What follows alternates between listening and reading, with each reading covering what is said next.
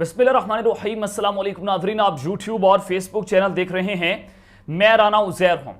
नाज़रीन, पाकिस्तान की सियासत में फैसला कुन ओवर्स का खेल जारी है, जहां पर इस वक्त हालात तेजी से खतरनाक दुराहे पर पहुंच चुके हैं और डेडलॉक बरकरार है और इस वक्त इस्टेब्लिशमेंट किसी पर भी इत्मीनाद करने को तैयार नहीं है। लेकिन उस सब के अंदर कुछ बड़ी खबरें निकलकर सामने आ रही हैं जिसने इस वक्त सबको हिलाकर रख दिया है। सबसे पहली खबर पर आज हमने बात करनी है कि army chief general Asim Munir ने इस वक्त पूरे मुल्क का कंट्रोल संभाल लिया है। बंद कमरे में एक अहम तरीन मुलाकात हुई है और उस मुलाकात का मुकम्मल अहवाल आज सबके सामने आ चुका है और किस तरह से पाकिस्तान में एक आर्मी चीफ इस पूरे मुल्क को चला रहा है और मार्शल लॉ का बाकायदा तौर पर ऐलान हुआ है। इस हवाले से अहम तरीन तफसीलात आपके सामने रखना इंतहाई जरूरी है और उस मुलाकात का मुकम्मल अहवाल जब आपके सामने रखूंगा तो आपको अंदाजा हो जाएगा कि इस मुल्क को चलाने वाला असल कौन है और army chief general Asim Munir ने उस मुलाकात में क्या कुछ बातें की वो सब कुछ आपके सामने रखना है। और फिर दूसरी जानिब इमरान खान साहब जो हैं उन्होंने इस निजाम से टक्कर ले ली है और अब वो जनाब बेनजीर हों चाहे जुल्फकार अली भुट्टो हों, वो इन सबसे ज्यादा खतरनाक होने जा रहे हैं। और इमरान खान ने किस तरह से आर्मी चीफ के खिलाफ तबले जंग बजा दिया है और उस हवाले से एक बहुत बड़ा दावा सामने आया है, वो भी आपके सामने रखूंगा। और जीएचक्यू के अगले वज़ीर आज़म का ऐलान भी हो चुका है। जीएचक्यू किसको अगला वज़ीर आज़म बनाना चाहता है, इलेक्शंस कब होंगे, आज बाकायदा तौर पर एक अहम तरीन जो है वो दावा सामने आया है, वो भी आपके सामने रखनी है। और फिर ताकतवर तरीन एक अहम तरीन फौजी जनरल जो हैं वो जनाब जो है वो उनको एक्सटेंशन दे दी गई है। कौन से अहम तरीन फौजी जनरल हैं और उसका ताल्लुक जो है इमरान खान साहब से किस तरह से मिलाया जा रहा है और इमरान खान साहब को किस तरह से ये एक बहुत बड़ा धचका लगा है, ये भी इंपॉर्टेंट डिटेल्स है। लेकिन अगर आपने चैनल को सब्सक्राइब नहीं किया, चैनल को सब्सक्राइब कर लें, बेल आइकन को दबा दें, आने वाली तमाम तरह अपडेट्स आपकी खिदमत में बर वक्त पेश होती रहें।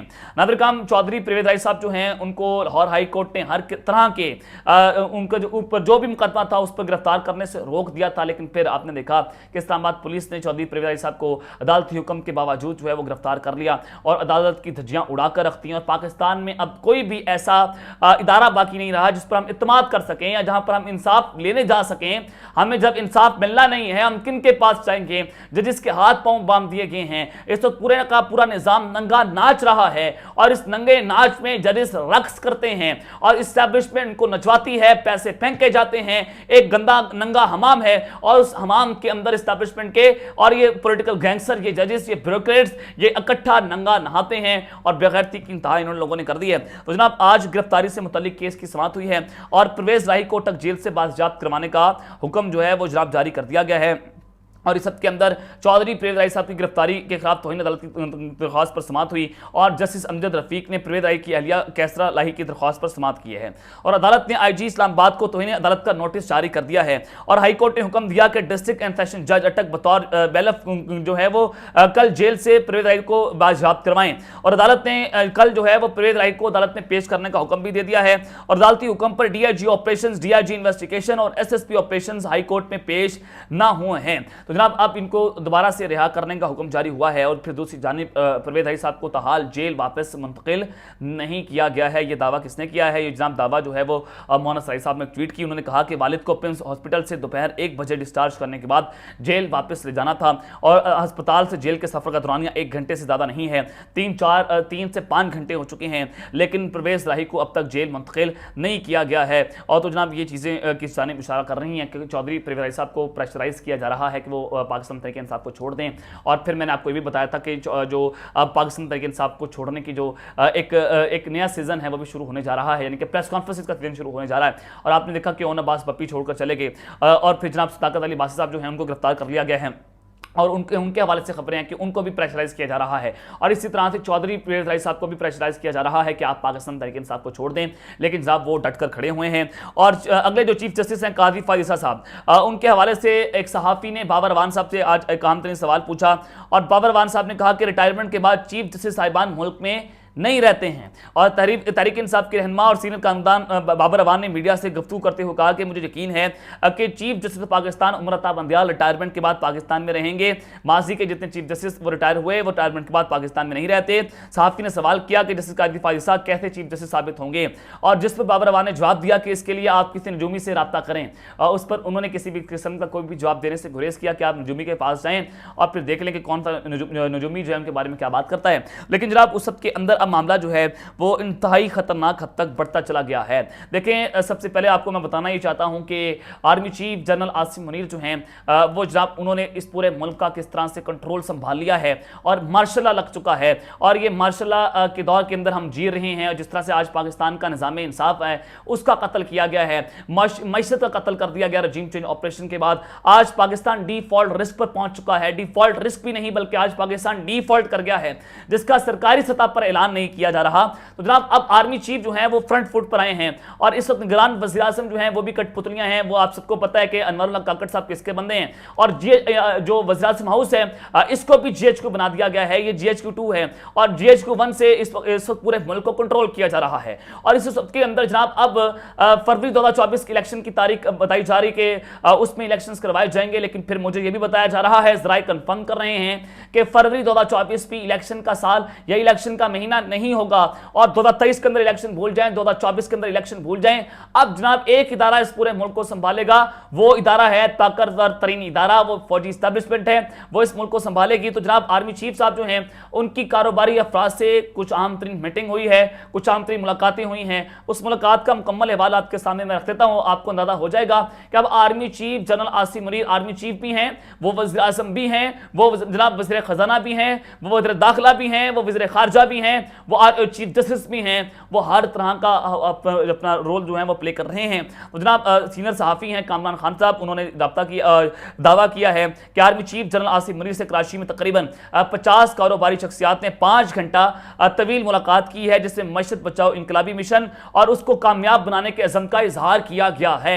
अब जनाब आर्मी चीफ से बंदा सवाल ये पूछे कि जनाब आपका काम है, पॉलिटिकल रोल आपका नहीं है, आपका प्रोफेशनल रोल है कि आप जनाब बॉर्डर्स की हिफाजत करें, आप हमारी सिक्योरिटी की हिफाजत करें, बजाय इसके कि आप पाकिस्तान में माइनस इमरान खान फार्मूले पर काम करें, बजाय इसके आप पाकिस्तान में मशरक़ के ऊपर बात करें। आपसे हमने सवाल पूछना है कि पाकिस्तान में दहशतगर्दी हो रही है, इसके पीछे कौन है, ये हम सवाल पूछेंगे।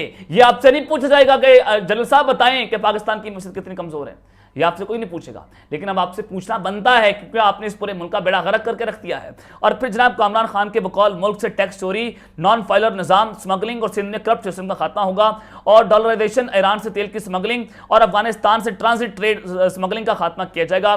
6 माह में कौमी कॉरपोरेशन को सुधारा जाएगा, जबकि पाकिस्तान में गैर कानूनी तौर पर मुकीम अफगानियों समेत गैर मुल्की शहरियों को वापस भेजा जाएगा। और सीनियर सहाफ़ी के बकौल आर्मी चीफ का कहना था कि रियासत पूरी कुव्वत से पाकिस्तान को दरपेश मसाइल और दीगर इशू से निकालेगी और पाकिस्तान में मुआशी बेहतरी के लिए जो इकदाम उठाए जाएंगे उनमें सर फहरिस्त स्मगलिंग की जो चीजें हैं उसको खत्म किया जाएगा। ईरान के रास्ते तेल की स्मगलिंग का भी खात्मा किया जाएगा। अब ईरान के रास्ते तेल की स्मगलिंग कौन करता है? Army chief general Asim Munir साहब हमें बताइए कि उसके पीछे कौन है। अगर मैं आपको बताऊंगा तो आपको फिर पता चलेगा कि जनाब उसके पीछे कौन है, और समझने वालों के लिए इशारा काफी है कि वहां से कौन कौन से अफसर जो हैं वो इस तरह का काम करते हैं। और फिर आर्मी चीफ ने इस अज़म का इजहार किया कि नॉन फाइलर्स के कल्चर को भी खत्म किया जाएगा और ऐसे सेक्टर को जो टैक्स नहीं देते उन्हें टैक्स नेट में लाया जाएगा। अब जनाब आर्मी चीफ साहब जो हैं वो इस तरह के काम कर रहे हैं, क्या इनको ज़ेब देता है, ये एक आम सवाल है। और जिन कौमी इदारे की निजगारी ज़रूरी है उनकी निजगारी के हवाले से कदम उठाए जाएंगे, जबकि बिजली के शोबे में इनकलाबी इकदाम उठाया जाएगा। और कामरान खान ने कहा कि आर्मी चीफ को यकीनी महकम है कि चीन समेत पाकिस्तान के दीगर दोस्त ममालिक तकरीबन $75 बिलियन की सरमायाकारी के लिए तैयार हैं। ये जनाब army chief general Asim Munir जो हैं उनकी कारोबारी अफराद से मुलाकात हुई है, उसका मुकम्मल हवाला आपके सामने रखा। तो आपको अंदाजा हो जाना चाहिए कि जनाब ये जिस तरह से इस पूरे मुल्क को कंट्रोल कर लिया गया है और एक शख्स ला रहा है, उसका नाम army chief general Asim Munir साहब हैं। अब जनाब इस सब के अंदर इमरान खान साहब जो हैं उन्होंने जनरल आसिम मुनीर के खिलाफ तबले जंग बजा दिया है और अब ये लड़ाई बढ़ती चली जा रही है, क्योंकि डील की शोध था कि इमरान खान साहब ने डील कर ली है और खान साहब जो है मुल्क से बाहर जा रहे हैं। ये पूरा एक नैरेटिव बिल्ड किया गया चंद सहाफ़ियों की जानिब से जो कि इनके टाउट हैं। अब जनाब एक दावा सामने आया है मजहर अब्बास साहब की जानिब से, बड़े क्रेडिबल जर्नलिस्ट हैं, जियो न्यूज़ पर अक्सर अपने तज्जिए भी पेश करते हैं, इनका ताल्लुक जो है वो जियो न्यूज़ से है। तो जिन्होंने जनाब जो है वो एक बहुत अहम दावा किया, इन्होंने कहा कि पाकिस्तान तहरीक इंसाफ मुल्क की मकबूल तरीन जमात है, इसके बगैर इलेक्शन कोई नहीं मानेगा, क्योंकि जनाब इस वक्त की पूरी साजिश हो रही है कि इस इलेक्शन के अंदर बल्ले का निशान नहीं होगा। पाकिस्तान तहरीक इंसाफ साहब जो है बैलेट पेपर पर नजर नहीं आएगी, इमरान खान साहब जो है इलेक्शन के अंदर नहीं होंगे, पाकिस्तान तहरीक इंसाफ को मुकम्मल तौर पर निकाल दिया जाएगा। अब जनाब उन्होंने मजीद कहा कि अगर इलेक्शन में पाकिस्तान तहरीक इंसाफ ना हुई तो हम इनारकी की तरफ जा रहे हैं और हम इनारकी की तरफ जाएंगे, ये उन्होंने बात की है। और ये पैगाम है पाकिस्तान की एस्टैब्लिशमेंट के लिए कि जनाब आप जो कुछ कर रहे हैं आप ये मुल्क को सुधारने के लिए नहीं कर रहे, बल्कि जनाब आप पूरे मुल्क का बेड़ा गर्क कर रहे हैं। और डील ना करके और मुल्क छोड़कर ना जाने पर इमरान खान दाद के मुस्तहिक हैं। यानी कि एस्टैब्लिशमेंट तो चाह रही है कि इमरान खान साहब डील कर लें, वो मुल्क छोड़कर चले जाए, लेकिन इमरान खान साहब ने ना डील की है ना वो मुल्क छोड़कर गए हैं, तो लिहाजा वो दाद के मुस्तहिक हैं। तो आपको अंदाजा हो जाना चाहिए कि इस तरह से जनाब ये मामला जो है वो इमरान खान साहब के हक में जा रहा है। और इमरान खान साहब और कैदी नंबर 804 इनकी एहसाब पर तारी है और कैदी नंबर 804 इनकी बकियां उधेड़ कर रख देगा, जिस तरह से जनाब वो जेल से बैठकर इनका मुकाबला कर रहा है और इनके हिसाब पर वो तारी हुआ है। अब जनाब इस सब के अंदर GHQ के अगले वज़ीर-ए-आज़म का ऐलान हुआ है। आप सबको पता है कि निगरान वज़ीर-ए-आज़म की तकर्री हुई और अनवारुल हक काकड़ साहब का नाम सामने आया और विद इन 9 सेकंड जो राजा रियाज नाम लेकर आए शहबाज शरीफ साहब ने उसके ऊपर दस्तखत कर दिए और इसके ऊपर कोई लड़ाई नहीं हुई। नवाज शरीफ साहब ने भी शहबाज शरीफ साहब को कहा कि आपने इस नाम के ऊपर जो है वो लड़ाई नहीं करनी, आपने दस्तखत कर देने हैं। आज जनाब एक बहुत अहम दावा सामने आया है, वो दावा आपके सामने मैं रख देता हूं। सेनेटर उमर फारूक साहब उन्होंने ये कहा है कि अगली हुकूमत का फैसला हो चुका है जिसके लिए नून लीग ने निगरान वज़ीर-ए-आज़म के नाम पर दस्तखत किए हैं। अब अगली हुकूमत किसकी होगी ये आपके सामने मैं रख देता हूं कि army chief general Asim Munir का ख्याल ये है कि पाकिस्तान के हालात को नवाज शरीफ ही संभाल सकते हैं। यह हफीजुल्लाह नैज़ी साहब जो हैं उन्होंने दावा किया है कि आर्मी चीफ समझ रहे हैं कि पाकिस्तान के हालात अब नवाज शरीफ ही संभालेंगे, तो लिहाजा इनको अगला वज़ीर-ए-आज़म बनाने की तैयारियां हो रही हैं। जस्टिस काजी फाइज ईसा के आने के बाद, ये पहले भी आर्मी चीफ बात कर चुके हैं कि उनके आने के बाद हालात बेहतर हो जाएंगे, तो जब उनके वो आएंगे तो उनकी नाहली भी खत्म हो जाएगी नवाज शरीफ साहब की। और इसके पीछे कौन होगा वो जनाब हफीजुल्लाह नैज़ी साहब ने इसका नाम जो है बता दिया है। आज जनाब एक और बहुत अहम दावा सामने आया है कि lieutenant general Nadeem Anjum DGI-SI जो हैं उनकी जो मुद्दत मुलाजमत है वो जनाब 15-16 सितंबर को खत्म होने जा रही है। तो अब ये खबर है मेरे पास, खबर ये है कि लेफ्टिनेंट जनरल नदीम अंजुम साहब DGI-SI की तोसी उनको देने का फैसला कर लिया है। वो 1 साल मजीद पाकिस्तान के DGI-SI रहेंगे और ये पहली बार ऐसा हुआ है कि किसी DGI-SI को एक्सटेंशन दे दी गई है।